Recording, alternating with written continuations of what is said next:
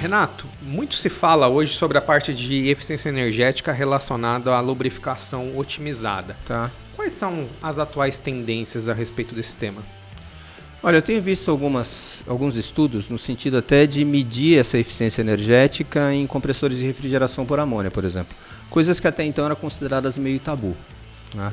Era mais comum você começar a medir ou avaliar a eficiência energética, por exemplo, em redutores. Sim, tá? Equipamentos de menor porte. Menor porte, às vezes até compressores de ar. Né? Mas em compressores de refrigeração, principalmente por amônia, era um pouco mais difícil. É possível? É possível.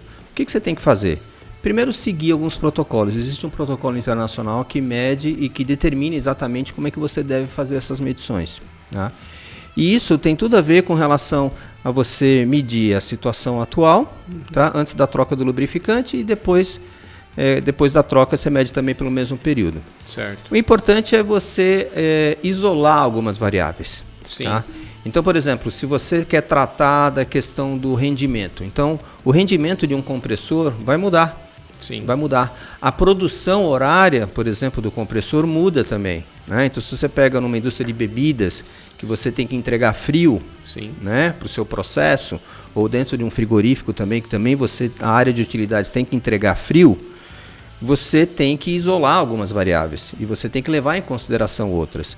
Então, não basta somente você medir, de repente, a tensão e a corrente. Sim. Tá? Você tem que ver o quanto que você está produzindo, você tem que ver qual é o rendimento daquele equipamento. Na hora que você consegue tratar muito bem essas variáveis, você consegue realmente fazer um estudo de eficiência energética. Perfeito. Então, não necessariamente o equipamento precisa estar trabalhando nas mesmas condições pré-troca de lubrificante e pós-troca de lubrificante. Exato. Você consegue isolar e tratar essas variáveis na parte aí de análise de dados e tudo mais. Exato. Acho que isso é o mais importante. Você conseguir saber em que condições que ele está trabalhando e saber o quanto que isso pode interferir. O que vai fazer todo sentido. Uma coisa é você estar trabalhando num período com outro tipo de óleo que você está produzindo, 24 horas por dia, 7 dias por semana.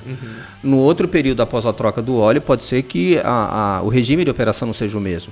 Mas Sim. você precisa saber como é que você vai tratar isso daí. Mas é possível e você consegue resultados tangíveis. E você acredita que cada vez mais a gente vai falar sobre isso? Cada vez mais é uma demanda da indústria, de uma maneira geral, essa parte de eficiência energética?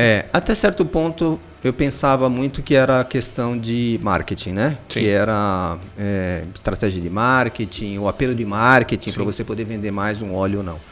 Mas é sim uma demanda, porque se você olhar em algumas indústrias, a parte, por exemplo, dos compressores de refrigeração corresponde a um percentual muito alto de consumo de energia elétrica.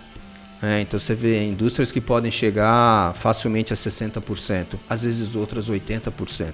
Então você imagina uma empresa cujo consumo de energia elétrica de 80%, por exemplo, está concentrado na sala de máquinas. Sim. Ali na área de compressor e refrigeração. Então, qualquer redução que você tenha é muito significativa. Vai fazer toda a diferença. Legal. Acho que o caminho é por aí. É isso aí. Valeu.